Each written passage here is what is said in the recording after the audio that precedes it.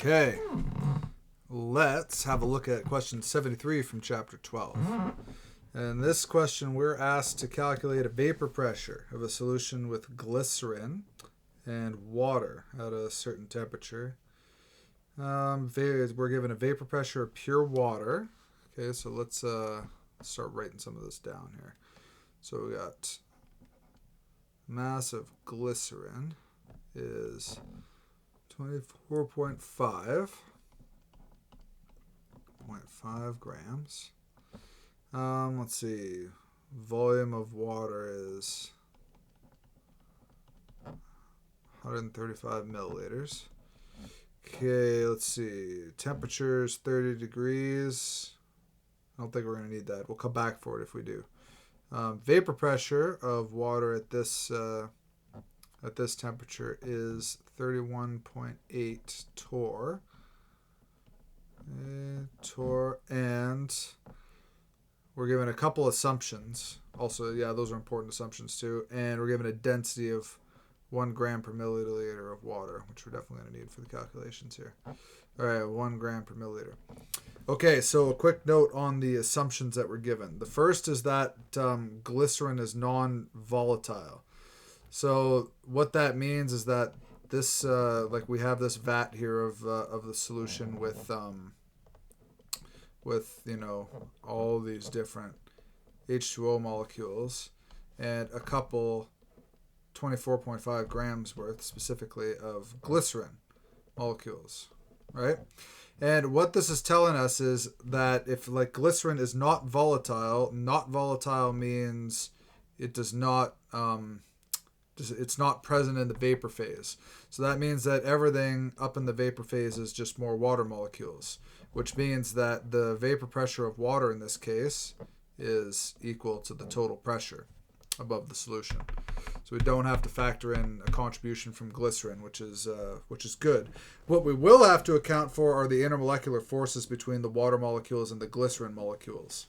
So what we're going to see then is we should see we'll see, but I'm suspecting that we're going to see a depression of the vapor pressure. And I'm guessing that because the glycerin molecule, the formula is is C3H8O3.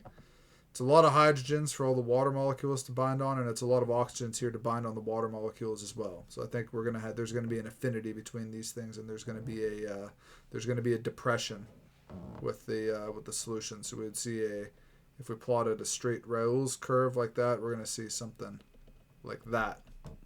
Where we're taking our look at some kind of mole fraction over here of the solute. Okay, so let's have a look at what this is. So we are going to model this with Raoult's law. We're going to assume everything else is okay for it to work. So we're going to be here with a mole fraction. Yeah, I guess I may as well not erase this. And we're going to look for some sort of a trend of this sort, which we're going to see a bit of a bellying of it, which we should expect to see.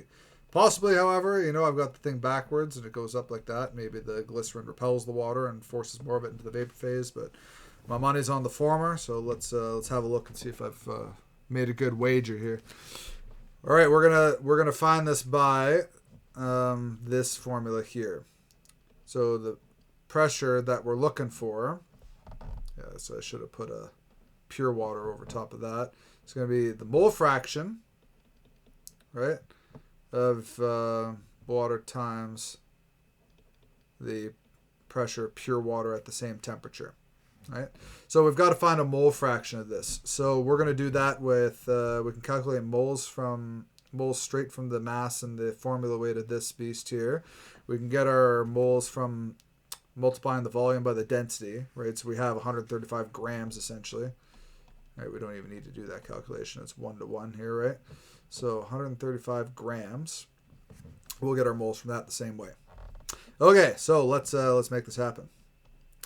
So the mass of mole fraction of water. Let's do this thing in one shot if we can. So we have 135 grams right? We see up there where that came from. We'll divide that by the molar mass of water, which is 18.016 grams per mole. And we're going to divide this by this same figure here, right, by the total amount of moles in the solution. So we need our moles of water as well as our moles of glycerin. We had 24.5 grams of glycerin. Now, that's a massive molecule, so we're not going to have too many moles of that. Okay. Of course, I didn't calculate it ahead of time, so here we go. Times 3 plus 8 plus 48 worth in oxygen. And I've got 92.094. 094. Okay. And I've calculated a mole fraction for water of 0.9657 with those figures there. And we have 3 numbers here, so we'd be confident to the 5 here. Okay, so then when we finish our calculation with this here, let's make ourselves a little bit of space here. Good. I'm just going to leave us the number at the end there. So our pressure is our mole fraction. Right, is the mole fraction, 657, times the pressure of pure water, which is 31.8 milligrams mercury. So as I didn't show the units in the last one, but you've got a quotient of moles on moles, so this should be a unitless figure, that mole fraction there. And I calculated 30.770, but 7 because we're confident in 3 numbers here. Millimeters mercury, or torr, for our pressure with the aqueous glycerin solution. All right, there's your answer.